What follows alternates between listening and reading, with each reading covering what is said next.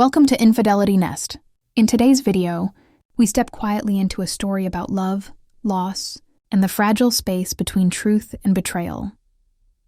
Have you ever paused in the middle of an ordinary day and realized you no longer recognize the life you're living? That thought hit me one unremarkable Thursday morning as I stood in front of the mirror, the same mirror I'd faced for years. Only this time, I saw a stranger looking back. Same familiar face, same weary eyes, same tired smile stretched thin enough to pass for contentment. But behind that reflection, something inside me had begun to erode. Slowly, silently. From the outside, my world looked perfectly fine. Picture perfect, even. A 12-year marriage to a reliable man, 2 beautiful children, a comfortable house just outside Seattle. People would look at us and say, they've got it all figured out. But appearances are quiet liars. My name is Rachel Porter, and for most of my adult life, I believed I was exactly who I was supposed to be. A loving wife, a devoted mother, a dependable employee. I did everything right, followed every rule, checked every box. But somewhere between the PTA meetings, endless grocery lists, and back-to-back Zoom calls, I vanished. It wasn't dramatic. It was like slowly fading from your own story until you realize no one notices your absence. Not even you. Ethan, my husband, was, by all accounts, a good man. Stable, loyal, predictable in the way that used to feel safe, but had started to feel like silence. He fixed the faucet before it leaked, paid the bills before they were due, and always parked his car in the same spot on the driveway. There was comfort in that predictability, but also emptiness. We didn't fight much. We didn't talk much either. We simply existed beside each other, partners in routine more than in life. Sometimes I'd lie awake at night, listening to his steady breathing beside me, and wonder if he ever felt it too. That invisible ache that creeps into the spaces between words and years. But I never asked. Maybe I was afraid of the answer. Then, one ordinary Monday, something shifted. He walked into the conference room like sunlight breaking through a heavy sky. Lucas Grant, the freelance designer hired for our new campaign. There was nothing overtly remarkable about him, not at first glance. But he carried an ease, a quiet warmth that seemed to draw people in. His laughter came easily, his tone unhurried. And when he looked at you, really looked, it was as if he was seeing past the layers you'd built to survive. He asked questions most people didn't. About books, about dreams, about small, forgotten parts of life. It sounds simple. But after years of being looked at only for what I did, wife, mother, team leader, being seen felt dangerous. The first time we talked, it was just small talk after a meeting, polite, professional. But something in his words lingered longer than they should have. "You always hold everything together, don't you?" he said one afternoon, half smiling. And it hit me, how desperate I'd become for someone to notice the effort it took just to seem fine. That was the spark. A harmless spark, I told myself. But fire never announces itself as dangerous. Days turned into weeks, and what began as brief conversations slowly grew into something unspoken, but undeniable.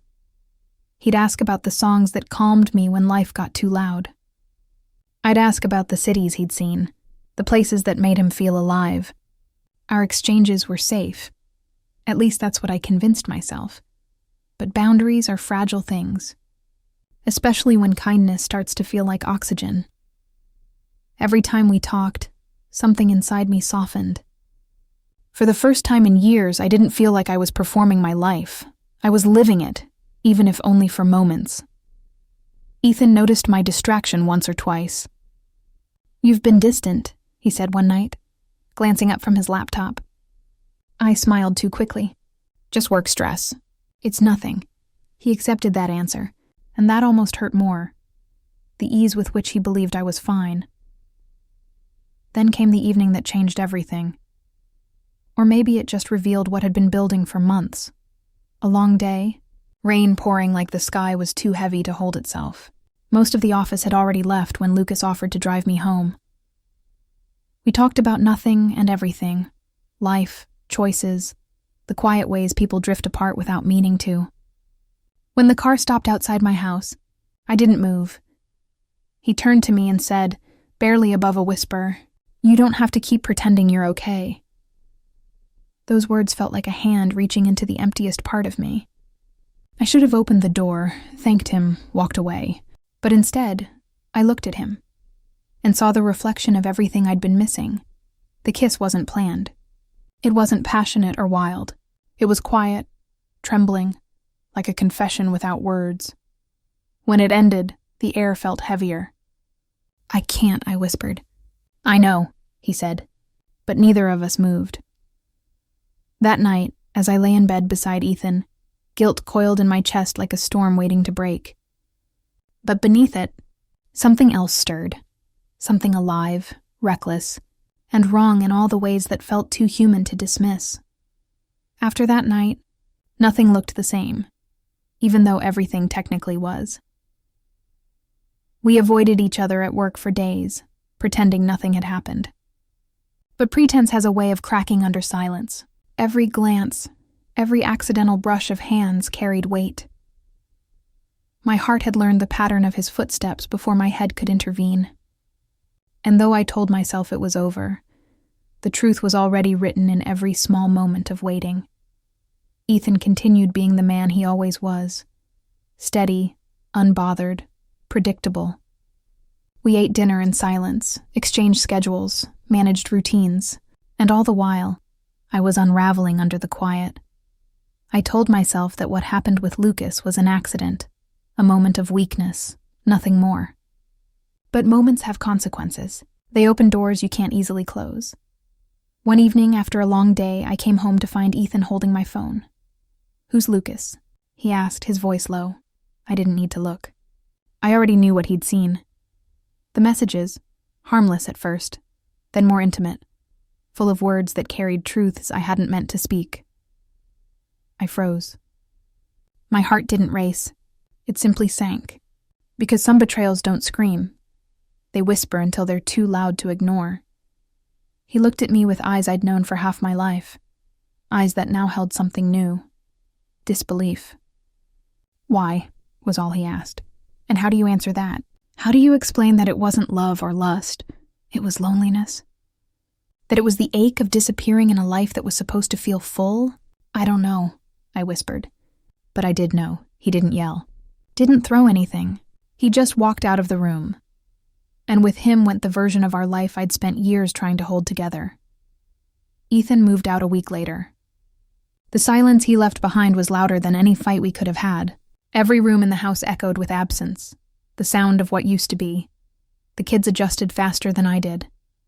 Children have a resilience adults envy. They learn to accept what is without demanding reasons.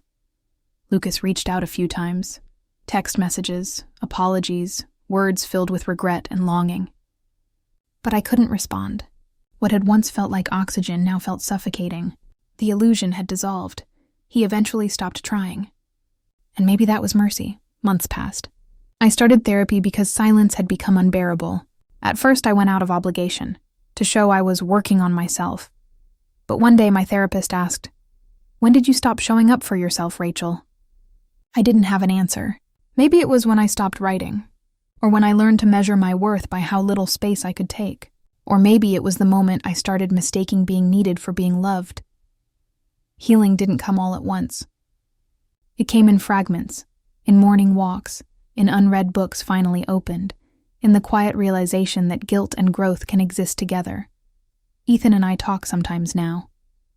For the kids mostly, but also for ourselves, we've learned to coexist again, not as husband and wife, but as two people who once loved each other and still, in a quiet way, always will. It's been nearly a year. And sometimes when the house is quiet and the kids are asleep, I still think about that morning, the one where I looked in the mirror and didn't recognize myself. I don't hate the woman who made those choices. I understand her now. She was searching, not for someone else, but for the version of herself she'd lost somewhere along the way. I used to think infidelity was only about desire. But it's not. It's about absence, about feeling unseen in a world that keeps demanding pieces of you until you have nothing left to give. You don't wake up one day and decide to destroy your life. You drift inch by inch until the line between right and wrong blurs in the fog of your own emptiness. Now I live slower. I breathe deeper. I write again, even when it hurts. And sometimes, in those quiet moments before sleep, I think about forgiveness, not as something someone gives you, but as something you learn to give yourself. Maybe Ethan will forgive me someday. Maybe he already has in his own way, but I've stopped waiting for that to define my peace. Because the truth, the one I avoided for years, is that freedom doesn't come from breaking the rules or chasing excitement.